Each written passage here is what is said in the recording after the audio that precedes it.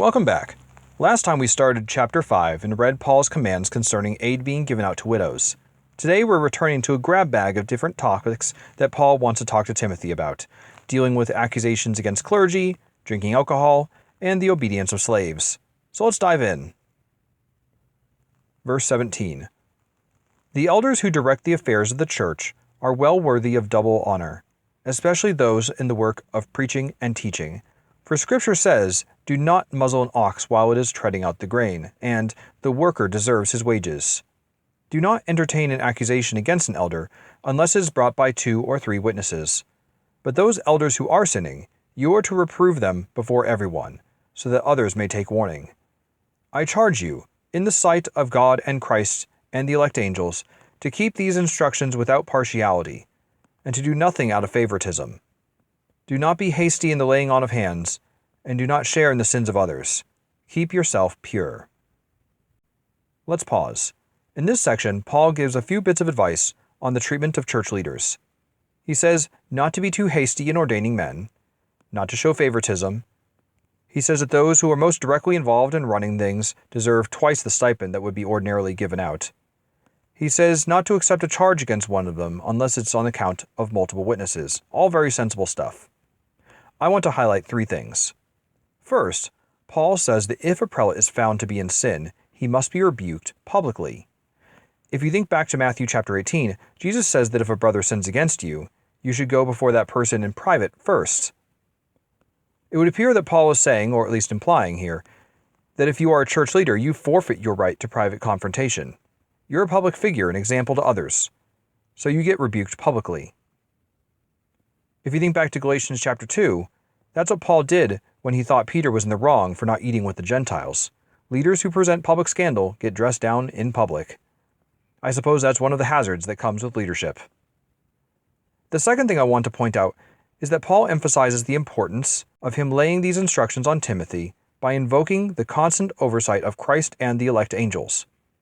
This is something that goes under-discussed in Christian circles. We're not only living our lives in the sight of God, but also the blessed angels. This is something that we can keep in mind when we Catholics are having discussions about the communion of saints, something we did a deep dive about in chapter 2. If it's true that the angels can see what's going on, there shouldn't be anything wrong with asking them for their intercession and help. The last thing to point out is a reference Paul makes in verse 18. Most commentaries will point this out. It appears that Paul was referencing something Jesus says in the Gospel of Luke. The fact that Paul refers to it as Scripture indicates Paul's mindset that new sacred Scripture is being produced by the Christian movement. Let's keep moving. Stop drinking only water, and use a little wine because of your stomach and your frequent illnesses. The sins of some are obvious, reaching the place of judgment ahead of them. The sins of others trail behind them. In the same way, good deeds are obvious, and even those that are not cannot remain hidden forever. Okay, we'll stop here before we cross into chapter 6. Verse 23 is controversial in some very niche discussions among Christians. There are some Christians, notably in the Baptist tradition, who believe drinking alcohol is always wrong. They'll go as far as to say that the wine that Jesus made at the wedding feast of Cana was actually unfermented grape juice, which is absurd.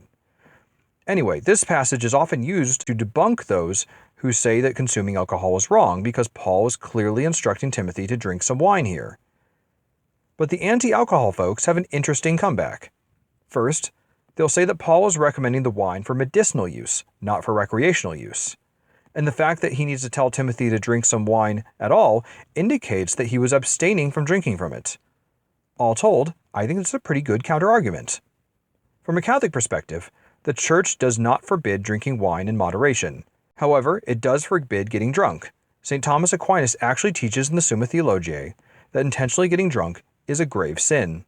As for my personal take, I have no problem admitting that responsible and moderate drinking of alcohol is allowed.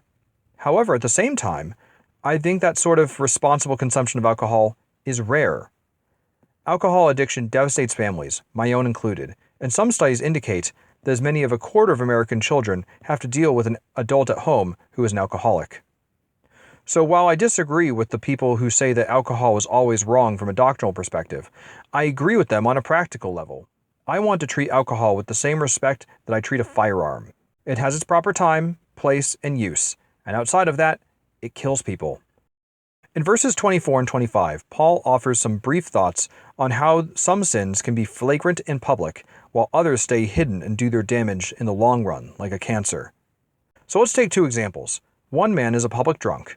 Everyone knows about it and holds him in low regard as a result. Fair enough. But another man, within the confines of his own home, is disrespectful to his wife and belittling to his children. He can put on a great image for the public, but in time the truth of the situation will be made manifest. His children will associate the faith with abusiveness and perhaps become alienated from Christ. And in his old age, his children will scarcely want to take care of him. And those who are close to him will breathe a sigh of relief at his funeral and neglect to pray for him. In Matthew chapter 23, Jesus calls his adversaries among the Pharisees whitewashed tombs. The idea being that they're well maintained from the outside, but inside there's nothing but a dead man. We are called to exceed their holiness and be holy both in public and in private. In verse 25, Paul gives a happier version of the same lesson about good deeds. Some people do public acts of kindness and heroism. Other people operate behind the scenes and do things that keep things moving. In the end, we all receive our due for our good works. Okay, let's start in on chapter 6. All who are under the yoke of slavery should consider their masters worthy of full respect, so that God's name and our teaching may not be slandered. Those who have believing masters should not show them disrespect just because they are fellow believers. Instead, they should serve them even better because their masters are dear to them as fellow believers and are devoted to the welfare of their slaves. Okay, this will be the last passage we go over today. In this passage, Paul brings up the proper conduct of slaves who are Christians. We already addressed the subject of slavery a bit back in chapter 1, where Paul condemns slave-taking. Nevertheless, Paul has some commands for Christians who are living as slaves. St. Paul comes under criticism frequently today by not just banning slavery outright, but, not to oversimplify it, Paul does not endeavor to rewrite the entire economic order of the Roman Empire in his letters by banning slavery. Instead, he does something a little different. In this letter, and also in Colossians and Philemon, Paul teaches an attitude of mutual respect and fraternal bonds between Christians on both sides of the slave-master relationship. For instance, he tells Philemon to receive his slave Onesimus as a brother.